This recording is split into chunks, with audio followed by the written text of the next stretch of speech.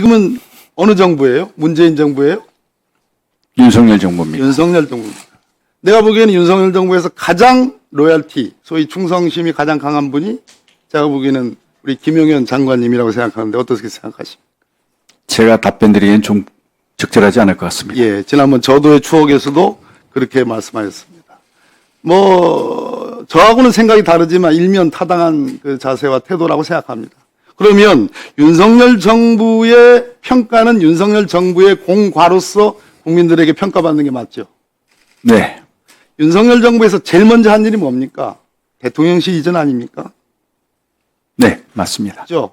그리고 대통령실 이전은 윤석열 대통령 후보의 공약이었죠. 네. 여러 가지 미사여구를 총동원해서 국민들께 그렇게 얘기를 했습니다. 그러면 대통령실 이전에 따른 아무리 예비비를 마지막 정부 불과 뭐 한 달 남겨놓은 정부였잖아요. 뭐 저도 거기 내각이 구성원 국무위원이었지 않습니까? 그런데 그때 모든 지금 앞으로 어디로 이전할 거다, 리모델링 공사를 어느 업체를 선정해서 어떻게 할 거다, 이런 내용들이 주먹구구 모든 디테일하게 그리고 최종적인 의사결정권이 문재인 정부에 있지 않았습니다.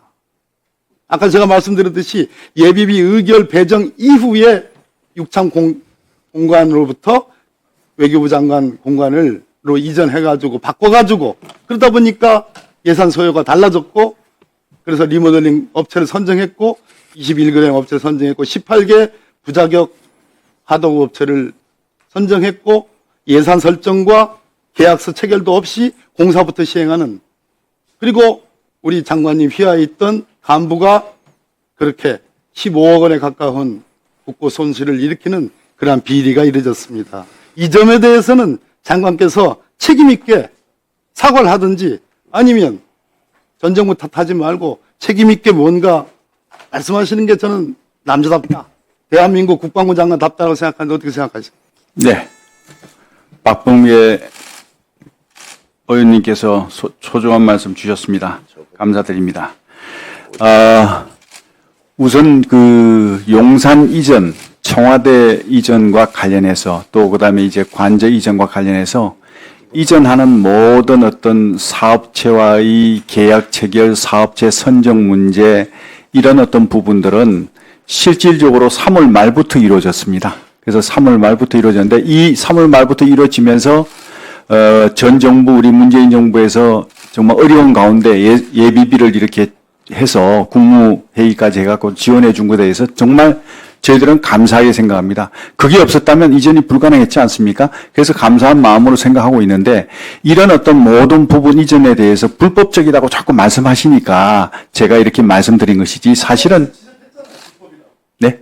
감사원에서 불법이라고 윤석열 정부의 감사원에서 불법이라고 아니 이전 자체에 대해서 불법이라고 말씀하시니까 그게 아니고 하는 과정에서 말씀드린 것으로 이해해 주시고요. 양해해 주시면 감사하겠습니다. 그리고 이 과정에서 있었던 부분에 대한 어떤 업체 선정, 계약 이런 부분은 행안부의 그 청사관리본부가 있습니다. 이 청사관리본부에서 모든 업체 선정부터 시작해가지고 계약을 주도하고 했기 때문에 사실 이게 그 저는 인수위의 어떤 그 입장에서 봤을 때는 그게 관여할 여지가 없습니다. 그런 상황에서 이 업체 선정하고 계약하고 이런 문제를 가지고 말씀하시고 예산 문제 가지고 말씀하시니까 제가 그 부분은 사실 제 분야가 아닌데 자꾸 말씀을 주셔서 그런 말씀을 드린 걸로 이해해 주시면 되겠습니다.